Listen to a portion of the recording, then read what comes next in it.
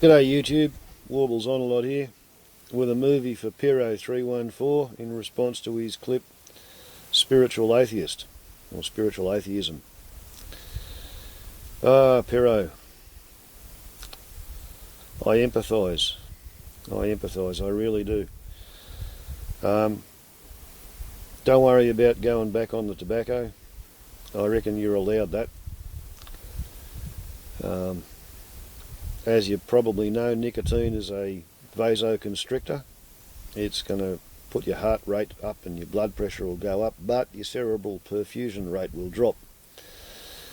And that means that you feed your brain with less glucose and less oxygen, so you can make less electricity, so you can process less data. So anything you don't want to think about is easier to shut out. Okay? And I guess like any other drug taken in time of grief, it lessens the momentary pain. Perhaps it's going to prolong the grieving time, but when the peaks of the grief are as big and as bad as they must be, losing a 14-year-old daughter, I think you're allowed to use whatever drug works for you. I strongly suggest you stay away from the opiates though. They are not quite as addictive as nicotine, but they'll kill you faster. Well,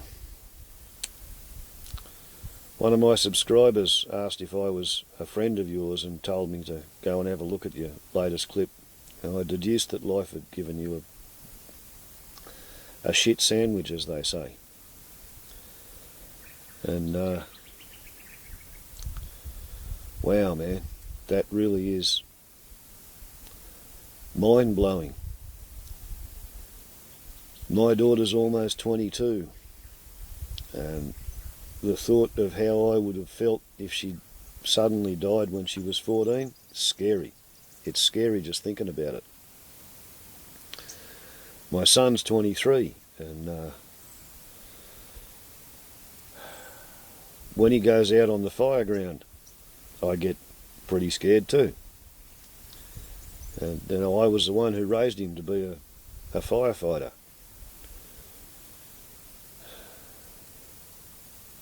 So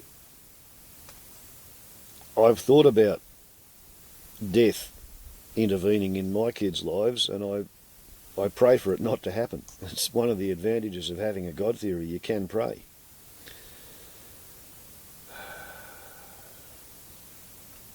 I think it must be awfully tough for card-carrying, dyed-in-the-wool atheists when they get hit by a death, a sudden death, a death that has the wrongness of a parent burying a child. You haven't even, like an atheist hasn't even got anybody to rage against. People who have a God theory can get angry with their God. I don't know how much good that does, but I guess it vents some steam. And I guess venting steam can be a good thing. It's better than having your boiler explode entirely. One thing that may be of some help to you, Pero, it's a poem I wrote. If you search the title Hypothetical God Theory, full stop, Warbles in the Wilderness series, that'll get you to it. It's not a long poem, and it wasn't written for funereal situations either, but on the 5 occasions when I have recited it at a funeral, every time it's caused the congregation to burst into spontaneous applause. So either I got something right or I said something that's genuinely comforting.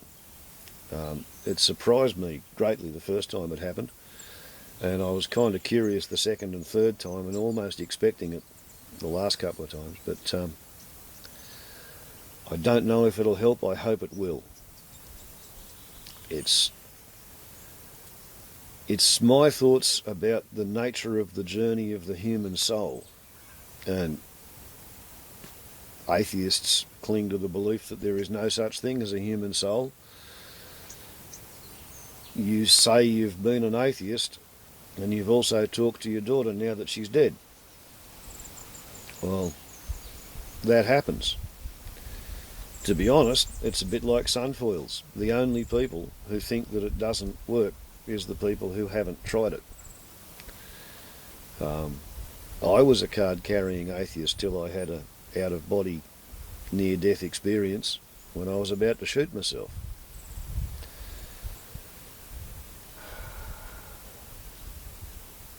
Since my father died, I've had a few conversations with him.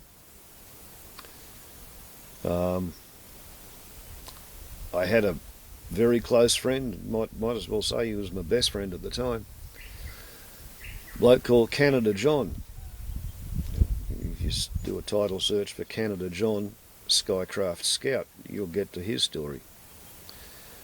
But he was a great adventurer, and he came to me for advice about aeroplanes. And he made a big mess of it.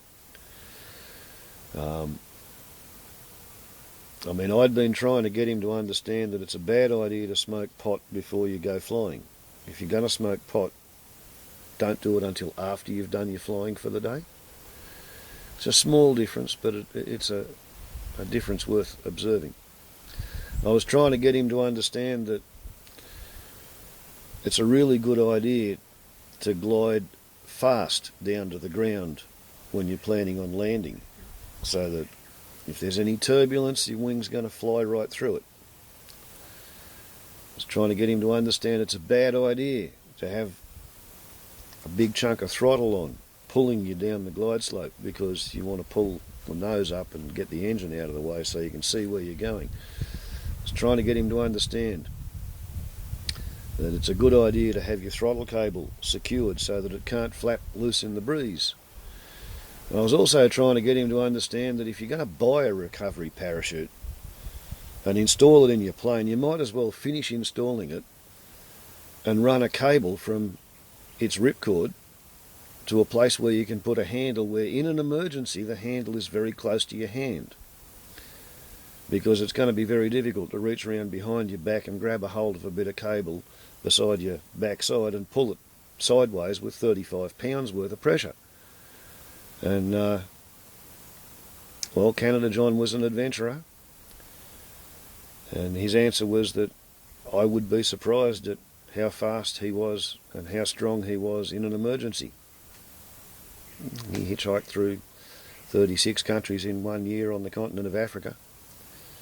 He climbed Mount Kilimanjaro and went 17,000 feet, no, 19,000 feet up the side of Mount Everest. He was the adventurer. He hitched the Sahara. He hitched the Nullarbor twice. So yeah, I got to identify him in his body bag. And when I was driving back to the alternative lifestyle community where he kept his pyramid, to explain what had happened to his close neighbours, he appeared like a head-up display in the middle of my windscreen. And initially, the first split second, he was just like he was in the body bag, all sort of scrunched up. And then he transformed back to the way he looked normally before he'd crashed his aeroplane.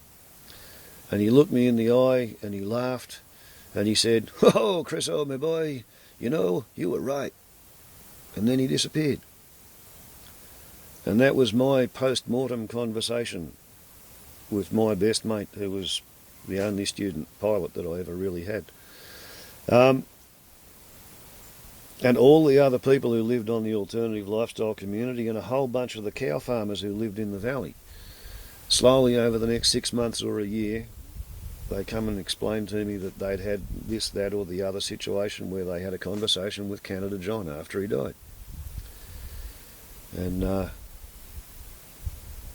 well, it's 10 years since my eldest stepson hanged himself, or it'll be 10 years in October. And I've had several visitations from him. So I would suspect that you're going to have several more conversations with your daughter. One of the I suppose it's speculative because it's a faith-based idea. One of the things that I cling to when confronting a sudden, unexpected, aberrant death, like the death of a child, is that everybody tends to die at their spiritual peak. They may not know it's their spiritual peak. I don't want to try and give too many illustrative examples because there's always somebody who's going to get cranky at my interpretation of what's gone on. But, I remember a policeman's son who'd started hanging around with the more dysfunctional kids in his peer group, and you might as well say that before he could live long enough to do anything really bad, while he was still a good bloke, he died in a car accident. And when you say that your daughter died 5 days after you gave up your effort to quit smoking tobacco, I'm guessing that a car accident was one possible explanation for how a blossoming 14-year-old comes to be dead. So maybe something else was happening in her life which could have turned her from a blossoming 14-year-old into a spiralling 14-year-old, and maybe she got taken off the playing board before her life could turn to shit. And that would cover a medical emergency, like maybe she got meningitis sharing a drink of bottled water at school. That would get her to be suddenly sick and critically ill in hospital and then be dead. Or, as increasingly happens with people, maybe something caused her to want to end it all, and she did just that. And it took 5 days between being discovered and being switched off in the intensive care. I don't know what's caused your daughter to die at age 14, so I can't tell you why it happened or what the good in it is. But in the long run, my grandmother reckoned everything always happens for the best, although sometimes it's really, really hard trying to see what the best is in some tragic situations.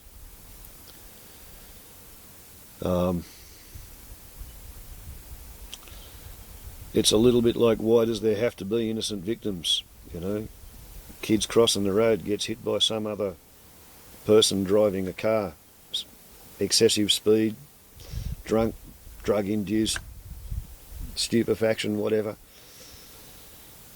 For the drunk driver or the speeding driver to exercise their free will, to be a dickhead and act, drive in a manner dangerous, somebody else gets to be the innocent victim.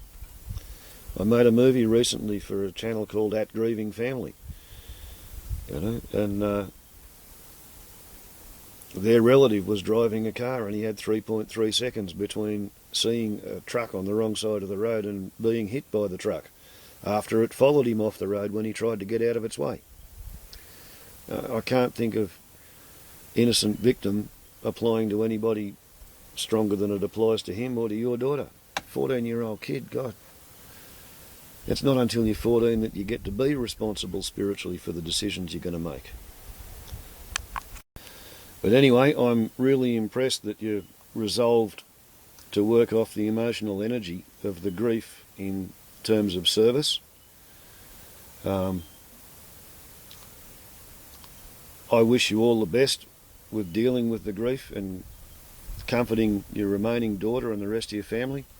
I don't know how you get on with the mother or mothers of your daughters, but please try not to rip each other apart with blame games and stuff, because whatever's happened has happened, and nobody ever gets up in the morning thinking to themselves, I'm going to be a vicious, nasty person today. Everybody always gets up and thinks that they're going to be as nice as they can, as good as they can. So anyway, Pero, I wish you all the best. I've subscribed to your channel, so whatever movies you put up will appear in my feed. And stay in touch, mate. Best of luck. Ciao.